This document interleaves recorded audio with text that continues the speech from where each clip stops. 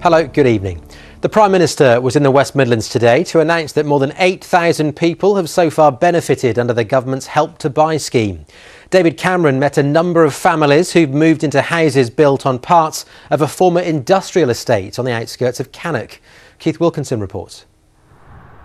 David Cameron on a photo opportunity with happy families. Happy that they're able to find homes under the government's Help to Buy scheme. It was a temporary escape for the Prime Minister from growing claims today he's scared of entering into TV election debates. Ed Miliband's just said you're cowering from the public. Well, Ed Miliband and I debate every week in the House of Commons, and we'll go on doing that right up to the election campaign. An election campaign that is seen as key here in Cannock, where a number of people were today full of praise for being helped to buy their homes on this former industrial site. I think it's excellent. It's a good start for us first-time buyers especially, just to get on the property market. And without using the scheme, it would have been at least another probably 7-8 years before we could have even considered moving. And it really helped us. We were able to buy a house without a massive deposit. Help to Buy means they only have to get together a 5% deposit to own a house like the one I'm standing in front of. And that has helped 88,000 people in our country, 8,000 people here in the West Midlands, and I want more people to have the security and the stability of a home of their own. You're under a lot of pressure at the moment to build more houses, but at the same time, are you not worried that the English green belt and all the nice countryside here in the Midlands is going to be wrecked? Well, we should build on brownfield first, and where we're standing was a former brownfield site, and one of the reasons it's built out more quickly is Help to Buy didn't just help the buyers to buy the homes, it helped the builders to build them, and that's the key. Well, it's really supported the industry, and it's available for until 2020, which we're very happy with. We'll just have to see how what the market's like at that time, but at the moment it's critical to the industry. But not everyone is happy with Help to Buy. Critics say it's not done enough to create new homes and to help those who are really struggling to afford a place to live. Keith Wilkinson, ITV News. Well, earlier we spoke to Gemma Duggan, the West Midlands manager of the National Housing Federation, and asked if she agreed with the Help to Buy scheme. We're experiencing a housing crisis across the country and in the West Midlands. House prices are 7 times the average income. It needs to help more people than this scheme does. This is short term, great for the people it helps, but there's so many people that don't have a chance of getting on the property ladder. They need affordable rented housing, that need shared ownership projects, which will give them a more gradual chance to get into ownership. This only helps a few, it doesn't help all those that are struggling with housing costs. Other news now, and a mother from Birmingham who fed her toddler son methadone to make him sleep has been sentenced to 6 years in prison. Kelly Emery gave 2-year-old Fenton Hogan the heroin substitute in June 2013 at her Frankley home to knock him out so she could smoke crack cocaine.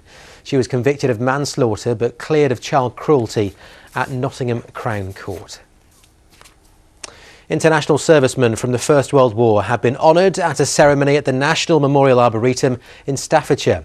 145 paving stones were laid to remember those awarded the Victoria Cross, the highest military honour. Chris Halpin reports. A walkway of 145 specially designed stones unveiled today at the National Memorial Arboretum in Staffordshire. Each one marking the life of an overseas-born soldier honoured with the Victoria Cross for taking up arms for Britain. All a permanent reminder of their bravery during the Great War. They helped defend Britain, they helped make modern Britain. They're remembered in their country. There's schools named after them, hospitals, roads, and I thought it would be good for us to just have a small remembrance and a small act of gratitude here. As part of these commemorations, the Community Secretary, who spoke during today's ceremony, led the campaign to lay the stones as a legacy to their contribution. During the First World War, more than 2.5 million soldiers from 19 different countries fought under the British flag, more than 1 million of which came from the Indian subcontinent. Today, the names of 17 Indian soldiers were immortalised in stone. The Commonwealth soldiers, the people who lay down their lives so that we can be free, and laying a wreath in this country, a stone which has been laid for all those Commonwealth soldiers who gave their life in the First World War. It's fantastic that they were willing to, and the stories behind all of the different individuals about why they fought are so interesting. It's just really good that the people felt that they wanted to fight under the flag all that time ago.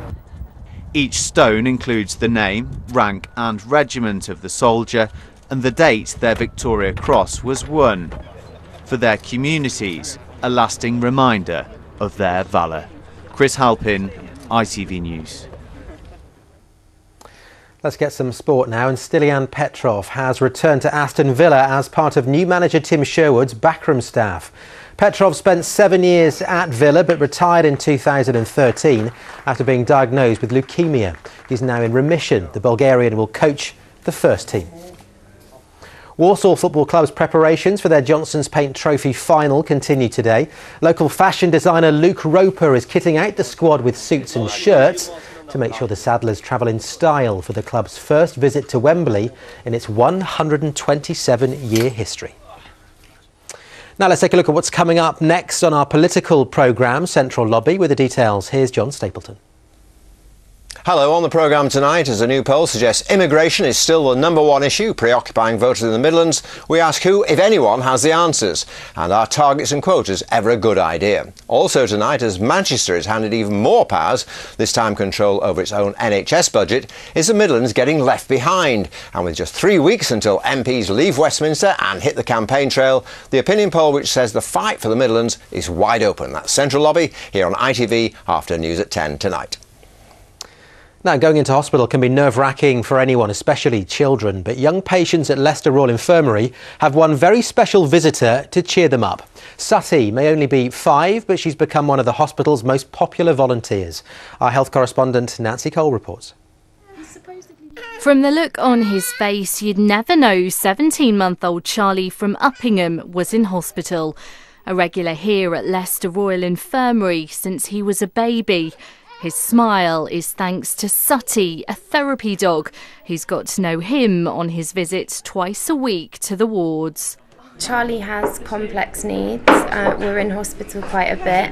It brightens up our day. It's a little bit of normality. We've got pets at home, so he's used to being around animals, and it just makes him smile. It's lovely. Sutty's owner Pat is a volunteer for Pets as Therapy, a national charity that's been going for 30 years. It's trained over 4,000 dogs to provide therapeutic visits to special schools, care homes and hospitals. Because she's a therapy dog, it calms people down. They've been stuck in a horrible hospital ward and it just cheers them up. It's a little bit of normality. And we find that when they're playing with Sutty, they just forget. They forget the poorly. As a cockapoo breed, she's hypoallergenic and doesn't molt, so it doesn't cause any problems for children with breathing difficulties. Amanda from Leicester says for her 14-year-old son, she's a welcome relief from treatment. Conan's been in for 6 weeks now, and he misses his dogs. So for him to have some interaction's really good. Pat started volunteering 3 years ago after her husband died of cancer. Mick was looked after by the infirmary for 3.5 years, so we'll give something back, and that's what we do. We feel that, you know, we come here twice a week and we're really repaying a debt. Sutty gave her comfort when she needed it, and for these youngsters will continue to provide a very special kind of care. Nancy Cole, ITV News, Leicester. Time now for a look at the weather forecast. With the details for us this evening, here's Kerry Gosney. What's in store for today? ITV Local Weather, sponsored by Centre Parks.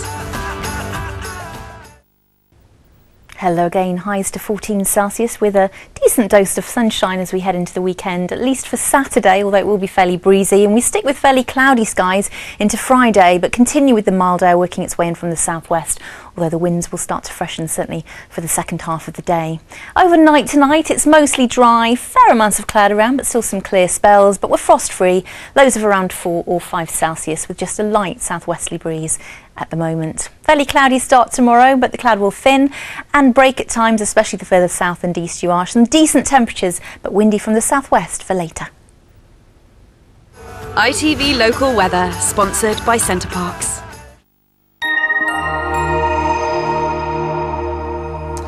Well, that is it from us for tonight. As ever, there is plenty more on our website. The details, as ever, on the screen right now, itv.com/central. We are back bright and early tomorrow morning, but until then, from the Lake team, sleep well. Goodbye for now.